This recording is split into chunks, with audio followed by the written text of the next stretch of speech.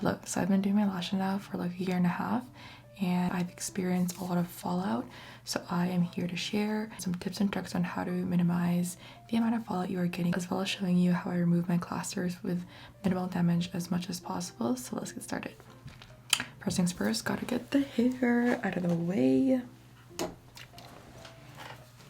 Okay, I've used this one from Lash Linx in the past, as well as this one from Lilac Street. I think they both do a very similar job. I really love this one from Lilac Street just because I feel like it's very innovative. I like how there's a flat side that you can disperse the product, as well as like a bristle side where you can get really in there and just remove the glue residue. If I am going this method, I do use a lot of oil, so this, I don't really know how much oil is in here, but you definitely go through them very quickly. And then something that I've been doing recently, I've just been soaking my lashes using micellar water. Regardless of any product that you choose to use, whether it's oil or the micellar water, you just want to give the product ample time to really soak and get in there so that it can do its job. I would avoid using like my fingers to go side to side and very vigorously rubbing, otherwise it's going to like promote really fallout and we don't really want that. So I'm going to show you how I remove my lashes. I'm going to be showing you how I remove using oil and then how I remove using the micellar water. So if I'm using the oil here, I'm going to go ahead and with the dropper, I'm just going to do like a couple pumps on the back of my hand, and then I'm going to be using like my ring finger to like really pat it in there just all along like my lash band here, and maybe like 2 more pumps just so it can really saturate and melt the glue. So I focus like on the band. You can even come under and just put some there, and I like to leave it there for like 5 to 10 minutes. Already cut up some like cotton squares, and I'm just going to shake my micellar water and thoroughly like drench my cotton, and I place it on the lash. It's kind of dripping, but that's okay. We want to leave this in for like a couple minutes, 2 to 3, sometimes even 5. I do like a very gentle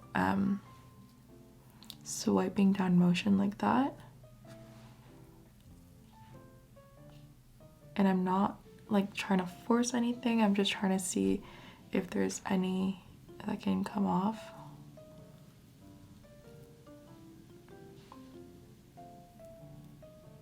Now that we have successfully removed all of that, I like just putting them in this little container because I do like reusing my lashes.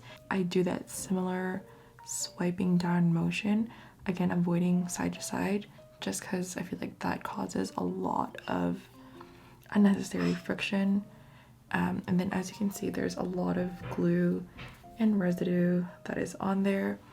And then I also like lifting my lashes and like the same method as you would apply mascara, like going to the very base of the lashes and like blinking, and I just repeat this until there is no visible glue residue left. Okay, and my lashes are pretty clean. As you can see, there's no fallout on our tissue here. And now we're just going to be doing this side because I feel like it's been ample amounts of time. So again, using the same method, I just like swiping down, and as you can see, it's already loosened some glue here.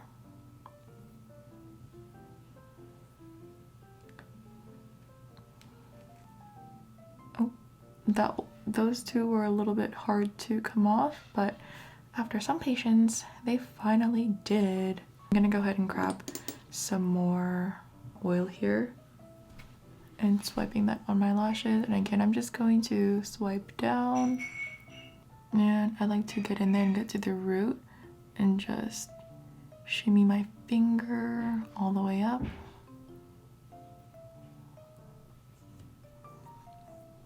Got like 1 fallout. I don't know if you guys can see that. We have 1 so far, so it's very important that you're very gentle, but it is pretty inevitable for fallout to happen. We just want to work on like minimizing the amount of fallout, just because, yeah, when I first started I would have like 5 lashes that would come off, and that's not really healthy.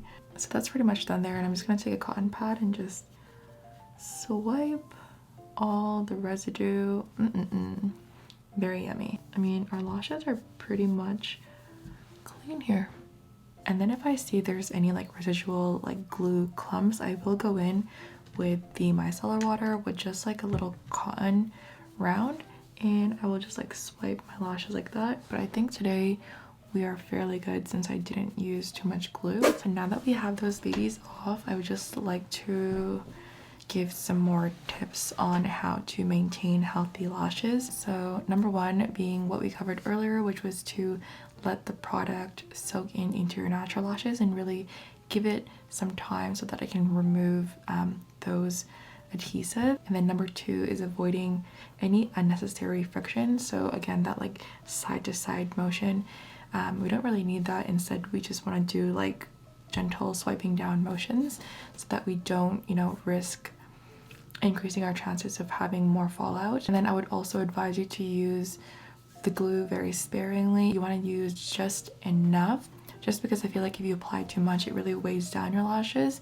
and again, it makes it much more difficult to remove. And then my fourth tip is to give your lashes a break.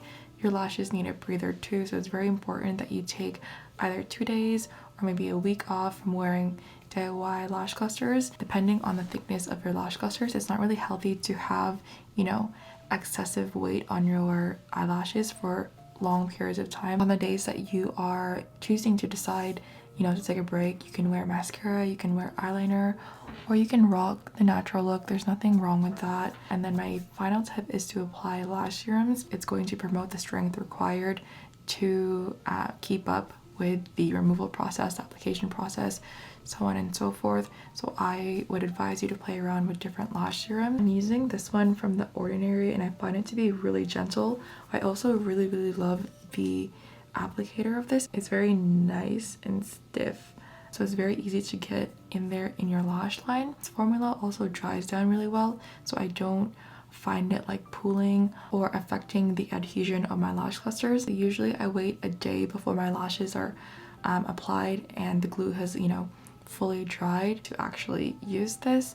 I don't find it interfering with the glue at all, and it dries down very well, and overall it's really cheap, so I encourage you to do your own research and potentially picking this up. I hope you find this video helpful. I plan on uploading more lash related content / beauty related content soon on this channel, so if you would like to be in the loop, please consider subscribing. Otherwise, I hope you good luck in your lash journey, and remember to take breaks because these babies deserve it. I'll see you in the next one. Bye bye.